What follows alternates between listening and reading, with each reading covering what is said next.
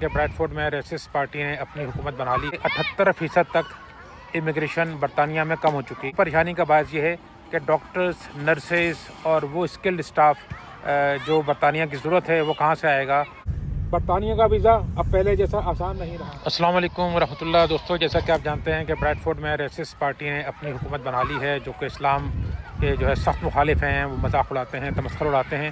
بہرحال یہ حقیقت ہے، اس کا ہمیں سامنا کرنا پڑے گا اور غالباً انہی کے دباؤ کی وجہ سے لیبر گورنمنٹ گزشتہ 2 سال سے بہت ہی سخت اقدامات کر رہی تھی امیگریشن کے خلاف، اور 2 سالوں میں ان اقدامات کا نتیجہ یہ نکلا ہے کہ 78% تک امیگریشن برطانیہ میں کم ہو چکی ہے. جی ہاں، اس سے پہلے 2023 میں 9,44,000 افراد برطانیہ میں داخل ہوئے تھے، اور اب یہ تعداد 2025 میں 1,71,000 رہ چکی ہے، جو کہ 78% کی بہت بڑی کمی ہے. اور امید ہے کہ یہ جو سال رواں سال ہے اس میں مزید یہ تعداد نیچے جائے گی.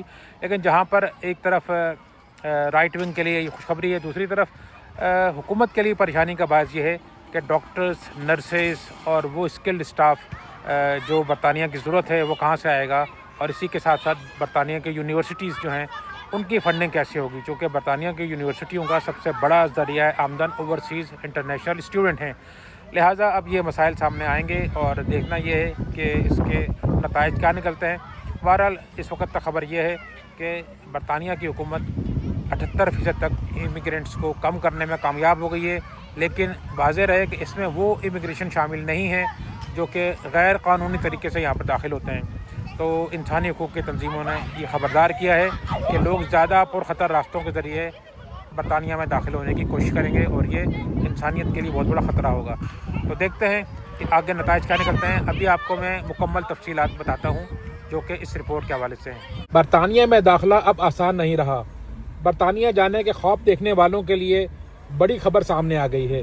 تازہ اعداد و شمار کے مطابق برطانیہ کی نیٹ مائیگریشن دسمبر 2025 تک کم ہو کر صرف 1,31,000 رہ چکی ہے، جبکہ مارچ 2023 میں یہی تعداد تاریخی بلند ترین سطح پر تھی، یعنی 9,44,000 تک تھی. یہ کوئی معمولی کمی نہیں بلکہ تقریباً 78% کی زبردست گراوٹ ہے، جس نے واضح پیغام دے دیا ہے کہ برطانیہ نے امیگریشن کے دروازے پہلے سے کہیں زیادہ تنگ کر دیے ہیں. حکومتی سختیوں کے بعد بین الاقوامی طلبہ، سوشل کیئر ورکرز اور اسکلڈ ورکر ویزا کی خواہش مند افراد کے لیے بہت ہی مشکل ہو چکا ہے کہ وہ برطانیہ کا ویزا حاصل کریں. طلبہ اور کیئر ورکرز کے لیے بیوی، شوہر اور بچوں کو ساتھ لانے پر پابندی عائد ہو چکی ہے. اس کی وجہ سے ہزاروں خاندانوں کے خواب ٹوٹ چکے ہیں، جبکہ ورک ویزا کے لیے بھی تنخواہ اور مہارت کی شرطیں مزید سخت کر دی گئی ہیں. ماہرین کے مطابق غیر یورپی ورک ویزا پر آنے والوں کی تعداد میں بڑی کمی، طلبہ کی واپسی اور یورپی اور برطانوی شہریوں کے ملک چھوڑنے کے رجحان نے برطانیہ کی خالص ہجرت کو تیزی سے نیچے گرا دیا ہے. اگرچہ حکومت اسے اپنی کامیابی قرار دے رہی ہے،